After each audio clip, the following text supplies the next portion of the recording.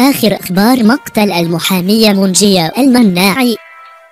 الضحية المحامية منجية المناعي كانت سيدة أعمال ناجحة تملك المليارات، وهذا هو السبب الحقيقي وراء دوافع ارتكاب الجريمة.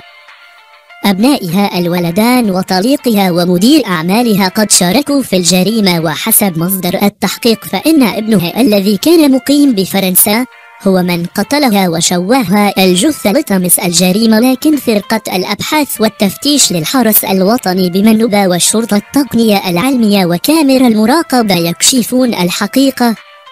للمزيد من التفاصيل أرجو منكم متابعة هذا الفيديو للآخر لمعرفة حقيقة وتفاصيل الفيديو.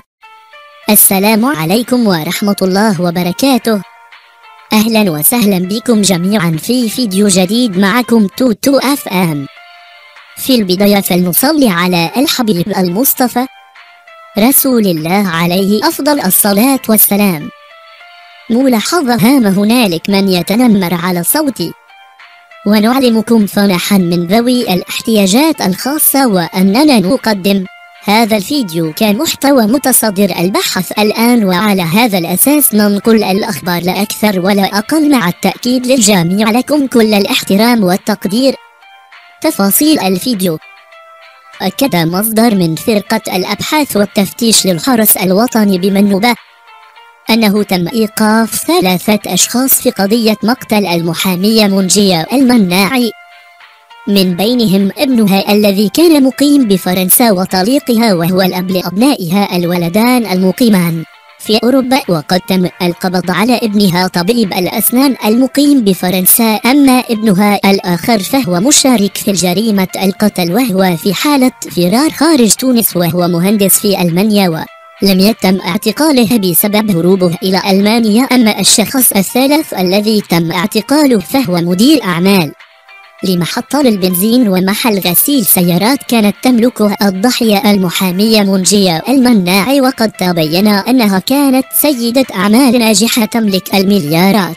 هذا هو السبب الحقيقي الذي كان وراء دوافع ارتكاب الجريمة، وهو الخلاف والنزاع على المال والورث، مما جعل أبنائها الولدان وطليقها ومدير أعمالها المشاركة في الجريمة. وحسب مصدر التحقيق فإن ابنها الذي كان مقيم بفرنسا هو من قتلها وشوهها الجثة لتمس الجريمة، لكن فرقة الأبحاث والتفتيش للحرس الوطني بمنوبة والشرطة التقنية العلمية وكاميرا المراقبة يكشفون الحقيقة.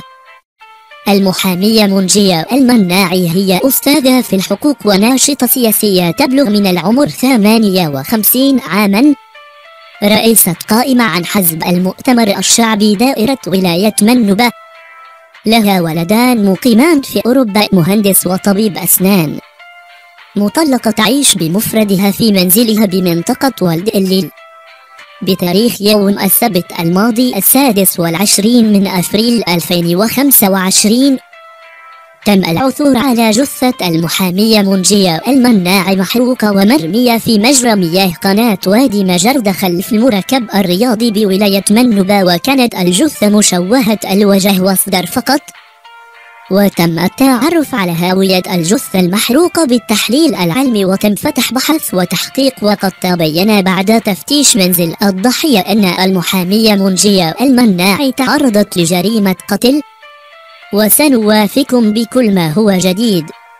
أرجو منكم متابعة قناة توتو اف ام على اليوتيوب، ولا تنسوا الإعجاب بالفيديو والاشتراك في القناة بالضغط على زر الإعجاب والضغط على زر الاشتراك أسفل هذا الفيديو حتى يصلكم كل فيديو جديد مع التفاصيل. شكرا.